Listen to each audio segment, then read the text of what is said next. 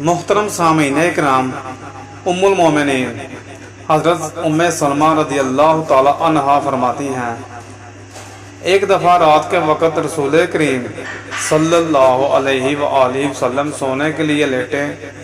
کچھ دیر بعد آپ صلی اللہ علیہ وآلہ وسلم اٹھ کر بیٹھ گئے۔ آپ بہت پریشان تھے، پھر آپ لیٹ کر سو گئے۔ کچھ دیر بعد آپ پھر اٹھے اور آپ صلی اللہ علیہ وآلہ وسلم اب بھی پریشان تھے، لیکن اب کی بار آپ پہلے سے کچھ کم پریشان لگ رہے تھے۔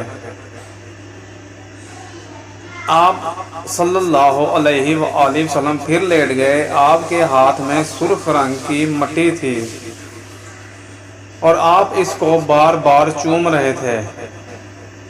حضرت ام سلمہ رضی اللہ تعالی عنہا فرماتی ہیں کہ میں نے پوچھا، یا رسول اللہ صلی اللہ علیہ وآلہ وسلم، یہ مٹی کہاں سے آئی اور آپ اس کو بار بار یوں چوم رہے ہیں؟